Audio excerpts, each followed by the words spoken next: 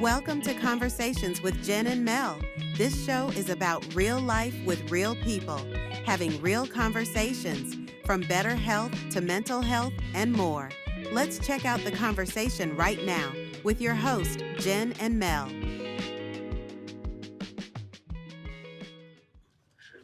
Welcome to this week's episode of Conversations with Jen and Mel. Tonight we are talking about interracial relationships and why do we have an issue with our African American men dating Caucasian women and vice versa.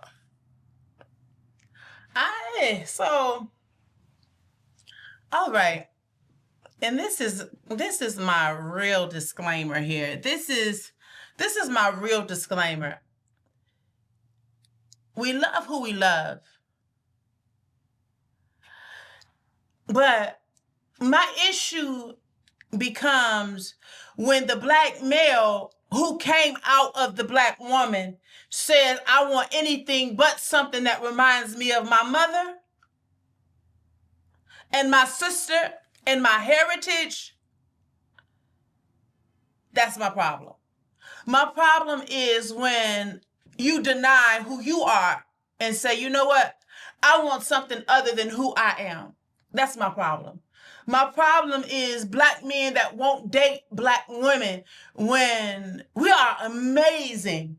We come in all shapes, sizes, various backgrounds, colors. I mean, if you want it, you got it. Mm-hmm. From classy to classless. But you don't esteem us in the way that you'll search us out and see which one of us fits the mold that you're looking for. Instead, you say, to hell with all of us. I need a white one. Especially when men acquire a certain level of success. Shame on you, brother. Shame on you that you deny your own. If you fell in love with someone and you met them on the street, I understand. But to say, I don't want something that reminds me of me, now, you probably need to heal first. I think that if that is the reason, then yes, they should heal first.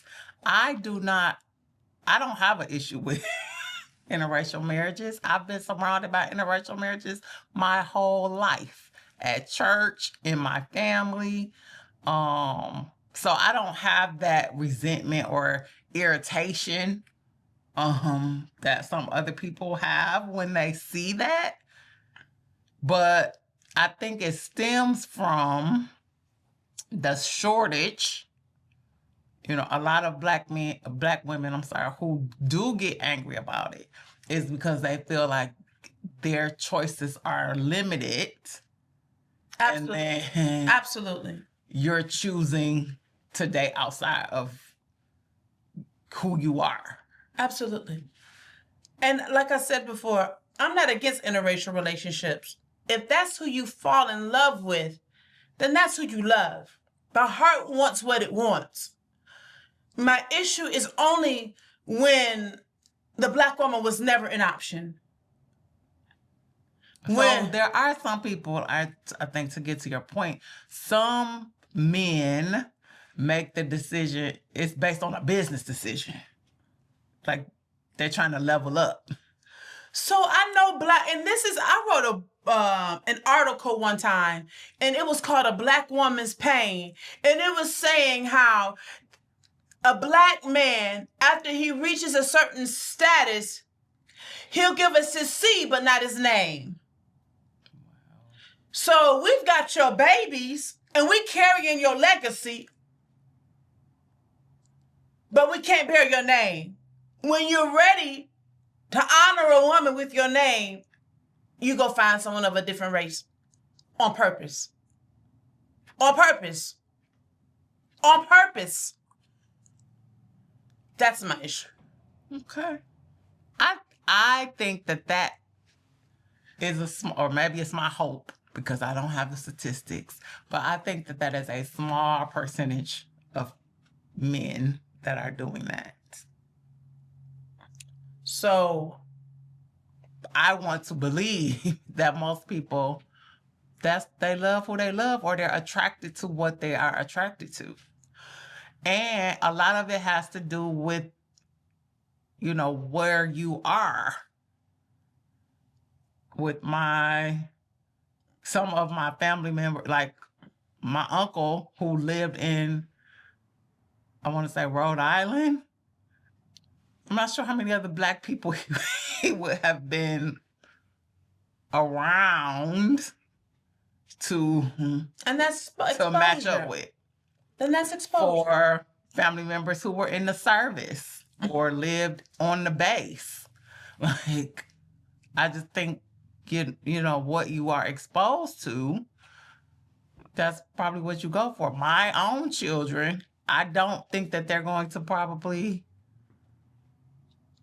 match up with African American people because of where we live. They're not exposed to that. So I think that is talking about environment. And I'm really talking about not just environment. I'm talking about intentionality. Like you're intentional about it. Not just I love who I love who I'm exposed to. No. I'm actually going to walk across the street and I'm going to walk past my sister to get to. And so and this was a few months ago, maybe it's about 6 months ago now. And I know a senior man. And this man was, and so of a different generation now. And he was just talking and passing. He was like, African American male. I got me a white woman. Got me a white woman.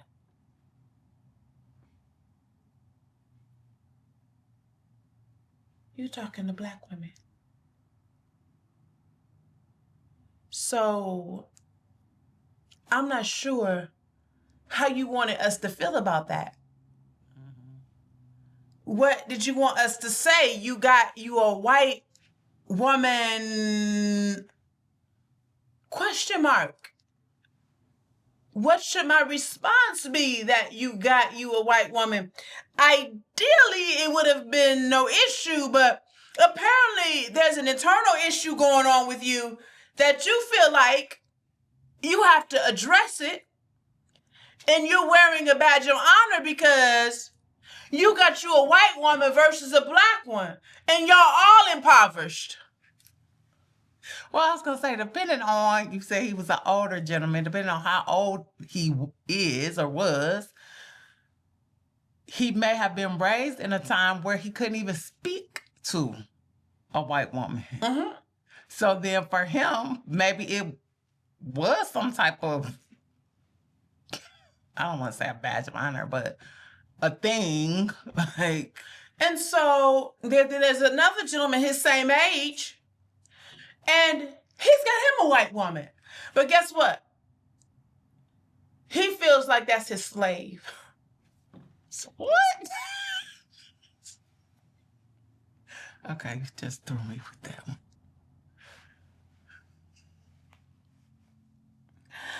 So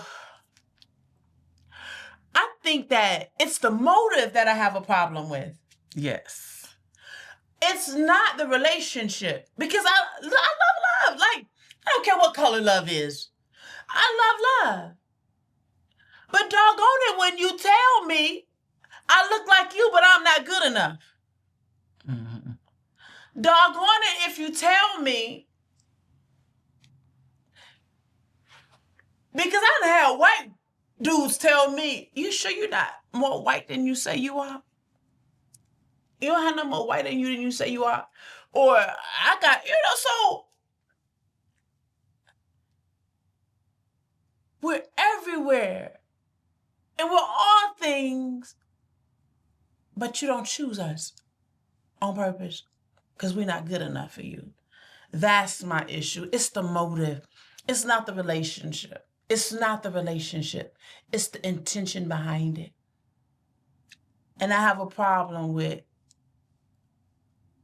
our men saying that we're not good enough. So I think that the stereotype that we are more difficult to get along with, or that we are not as sexually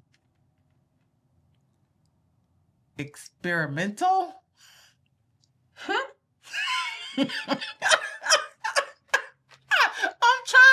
I'm trying to be nice. Wait a minute. You know,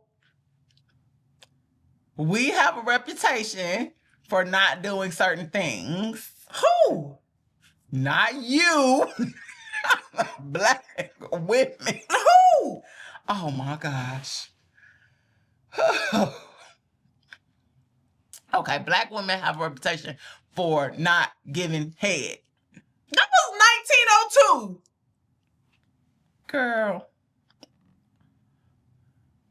Not just in 1902. 1912, Okay, listen. 1922. All y'all in this chat 42. that won't put it in your mouth. 60, It's married. 70, Just married. Probably 82, Really? 92. Okay. All right. But our other sisters or cousins, or however you want to say, have been known to be more willing to do See, I don't things. even know that about us in recent years. Like, I don't even know that women, I believe today we're more sexually fluid than ever, aren't we? Maybe in 2025. But we wasn't born in 2025. We was born before that. So I'm a 70s baby. And I grew up in an era where folks was getting pregnant in elementary school. Oh, So Lord. I'm not sure. Maybe I came from the west side of Detroit, and they listen. I was probably doing me and my things. household was probably the only virgins on the block at that point. Okay, So I don't know. So bringing that up, recently there was a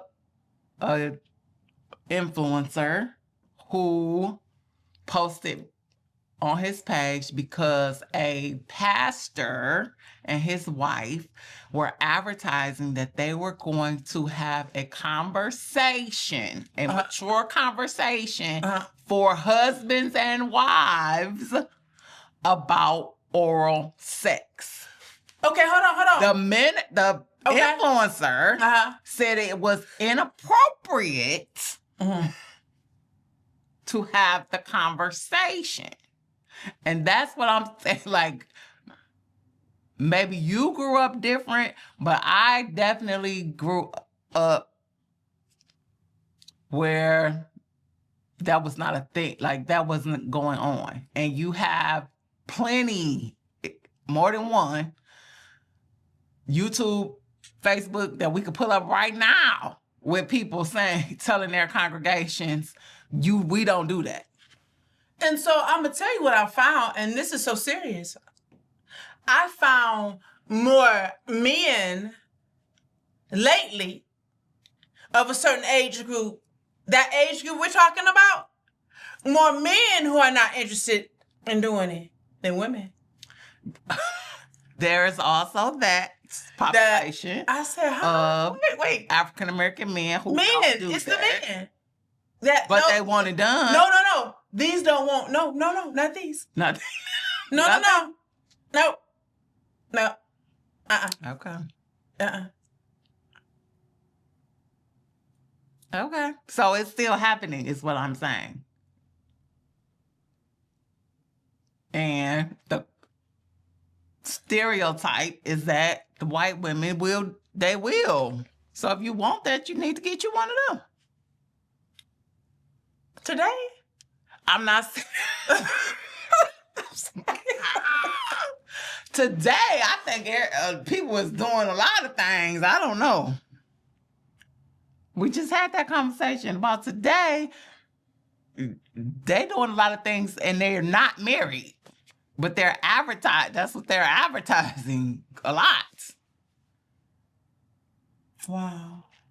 And it's all in the music and the videos and like it's a lot going on out in these streets these days. That's interesting.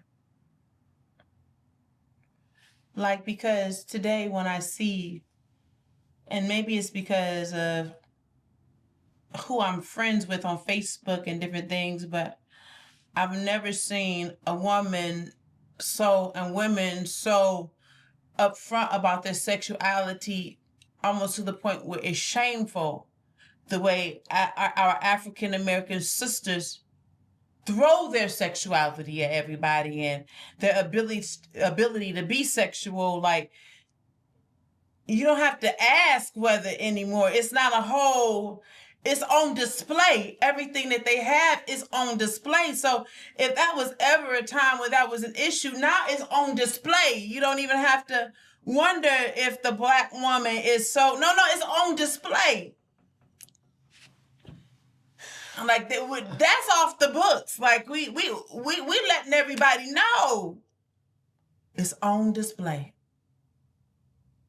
Okay, but then there's that other part about the temperament, that our temperament is not conducive to their peace. And so they prefer. Okay, so hold on. So let's talk about that. Let's talk about the Black man who has run through the Black woman, who has left his seed behind. And so she has an experience with him. What does that experience look like? Was she in that state when he met her? Did he traumatize her?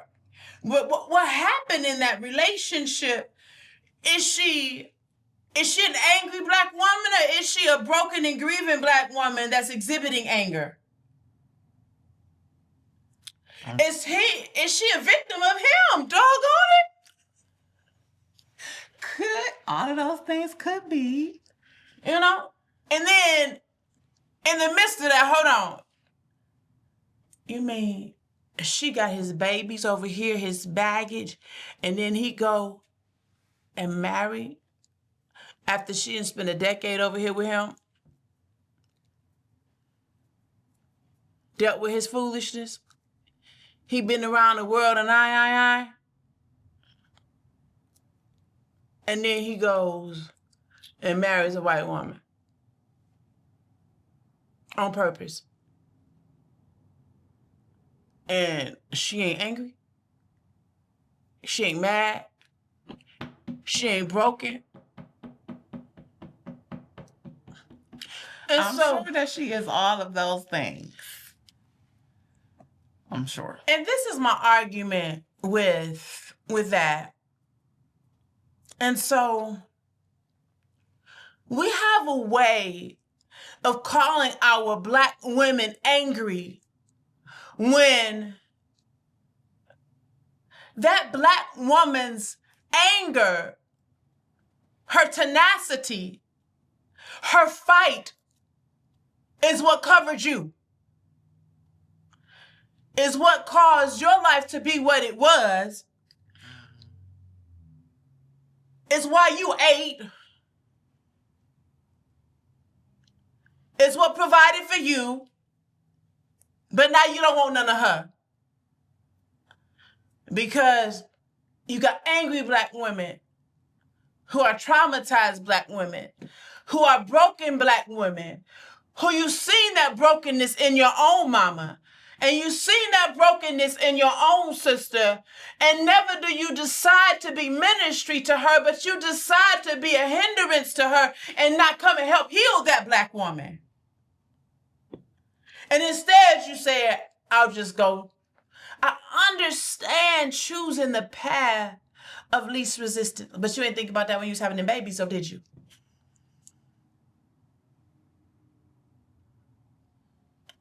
So understanding what the woman endured, and that same woman can, if men understood their power, and that if you give a woman a place to feel safe and not traumatize her, then she can begin to recover. And instead, you come and add dysfunction. And then when you decide you're going to be whole or the best version of what that looks like, you going, bro, please. Love who you love. But don't cast your Black woman out because of stereotypes that don't even apply to all of them. Don't cast them out because of trauma you created. Don't cast them out because they don't fit the mold. Because that's what you're attracted to in the Black woman. And that's what you're drawn to and exposed to instead of go find what you want. Instead, you just, yeah, yeah, no. Yeah, no. No.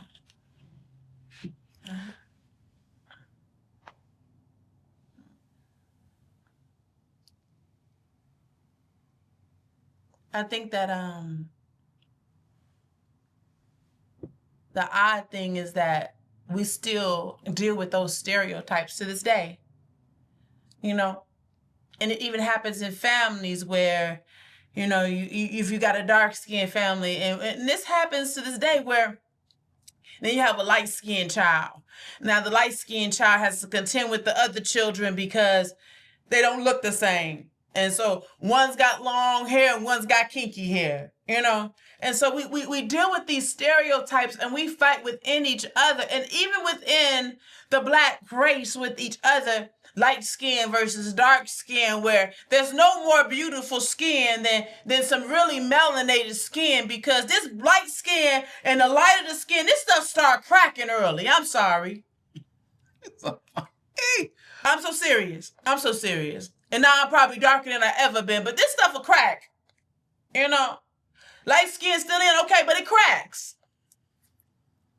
And there's nothing like the beauty of a Black skin person, but we fight within. And then we fight our own and go completely against. So we really have to work on that. The infighting and then the casting out. We fight within each other and then we'll cast each other out. Where are we accepted? And we can't be accepted in our own race. Some of that was conditioned, and we're still dealing with the residue slavery of that. The house nigga. That, and they would have killed me. The whole brown bag, you know, you have to be lighter than the brown bag in order to get into certain circles. Wait, the brown bag? Yeah. Wow.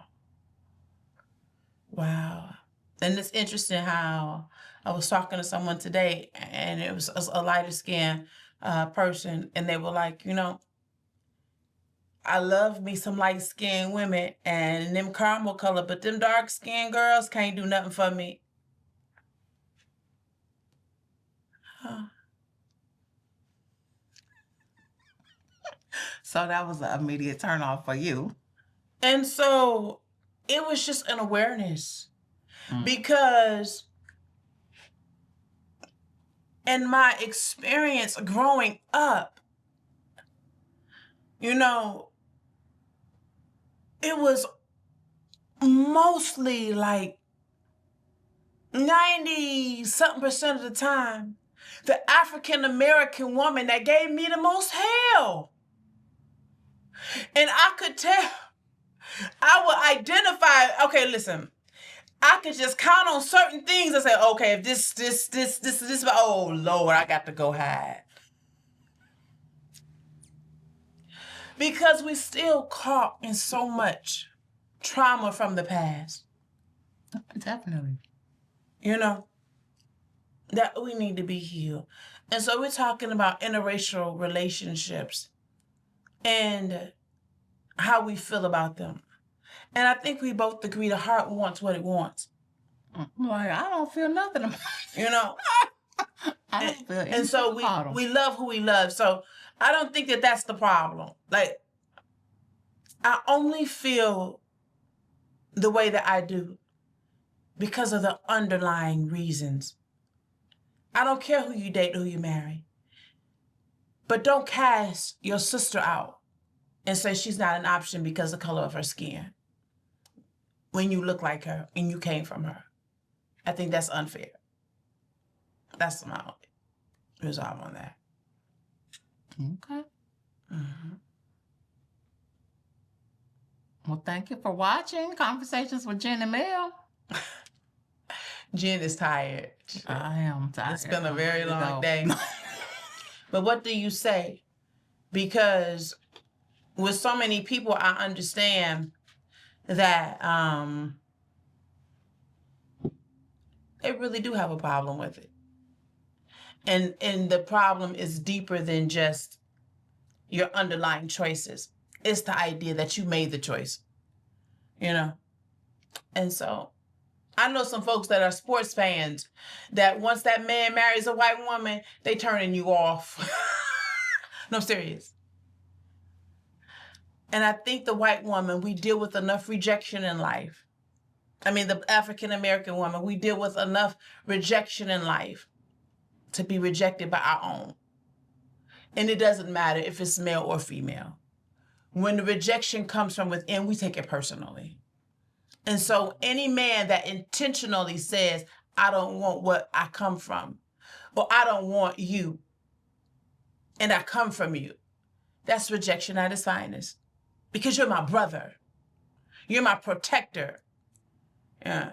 You come from me. You are of me, but you don't want none of me. And so I think that that's the underlying problem, other than the competition. But anyways, like she said, we're wrapping it up tonight. And so what do you say? How do you feel about it? Is it personal? Because the heart wants what it wants and loves who it loves. And I believe that we are just to be one people. But are we supposed to be biased against one another? Or should everybody stand a chance? What do you think? Stay tuned for more conversation with Jen and Mel. We love you. Good night. 1 minute, ladies.